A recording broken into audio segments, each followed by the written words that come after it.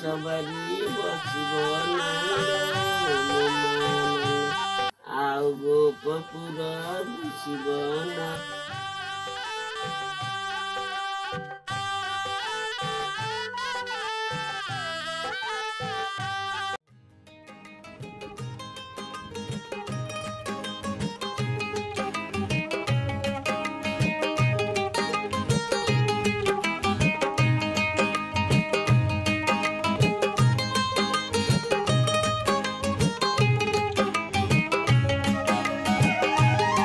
नमस्कार।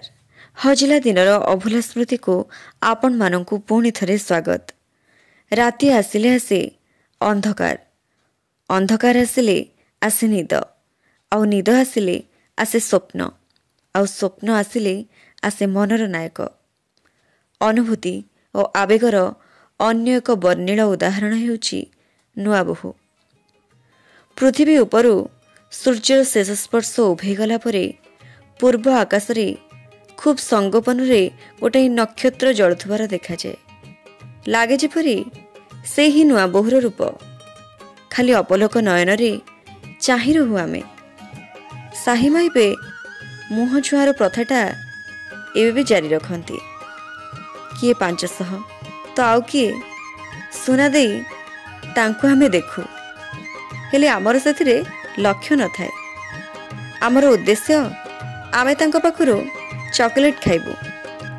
हेले सबु भितरे मने हुए असुमारी स्वप्न नहीं घर को पाद थापिटिबा बहुटीर मन किए बुझिबो।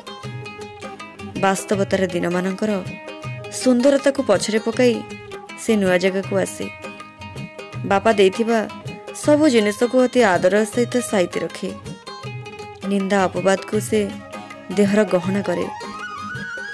अनुतापर चिठी लिखि सेथिरे 2-4 बुंदा पकाई पानी बुंदा को से लुह बुंदा करि न थाए। जने बहु हे अनुभूति को तार बहुर वर्ण रूपर अपरंत ज्योति पलटि जाए।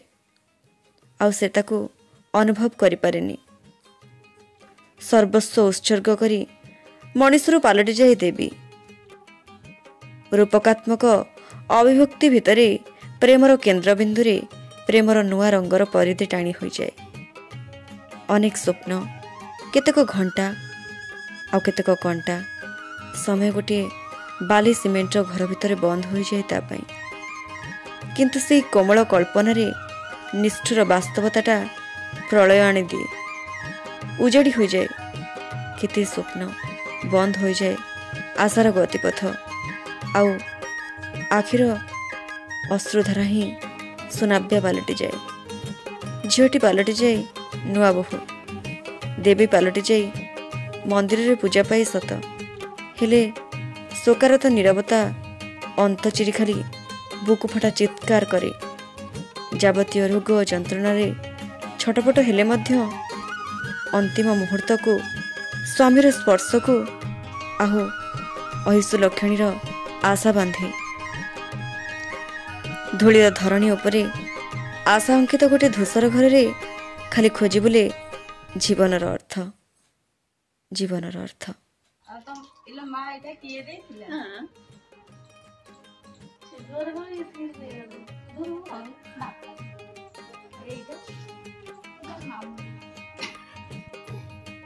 ଉଠିଲା ସବାରି ବସିବ ନାଇଲୋ ମୋ ମା ମାନେ ଆଉ ଗୋପପୁର ଦିଶିବ ନାଇଲୋ ମୋ ମା ମାନେ ଗାଁ ଡେଇଁଗଲେ ନାନୀ ଥିବଲୋ ମୋ ମା ମାନେ ଟେକା ଛାଇଦେଲେ ଜାନି ଥିବଲୋ ମୋ ମା ମାନେ କୋଟି ବେଲ ପତ୍ର ଶିବଙ୍କୁ ଦେମିଲୋ ମୋ ମା ମାନେ କୋଟି ନମସ୍କାର ତମକୁ କନିଲୋ।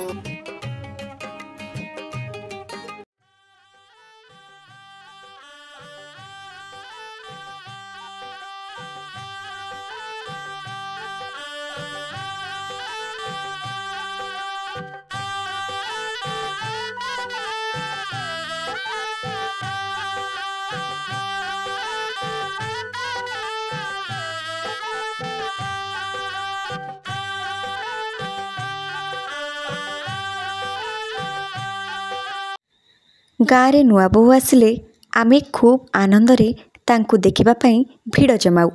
ଆପଣମାନେ ମଧ୍ୟ ଆପଣମାନଙ୍କ ଗାଁରେ ନୂଆ ବୋହୂ ଆସିଲେ ଚକୋଲେଟ୍ ଖାଇବା ବାହାନାରେ ନୂଆ ବୋହୂଙ୍କୁ ଦେଖିବାକୁ ଯାଆନ୍ତି କି ନାହିଁ କମେଣ୍ଟ ମାଧ୍ୟମରେ ନିଶ୍ଚୟ ଜଣାନ୍ତୁ। ଯଦି ଏହି କାହାଣୀଟି ଆପଣମାନଙ୍କୁ ଭଲ ଲାଗିଲା ତେବେ ଆମ ଚ୍ୟାନେଲକୁ ଲାଇକ୍, ସେୟାର ଆଉ ସବସ୍କ୍ରାଇବ୍ କରିବାକୁ ଜମା ବି ଭୁଲିବେ ନାହିଁ। ସେଥିପର୍ଯ୍ୟନ୍ତ ଦେଖୁଥାନ୍ତୁ ଆମ କଥା ଆମ ସ୍ମୃତି।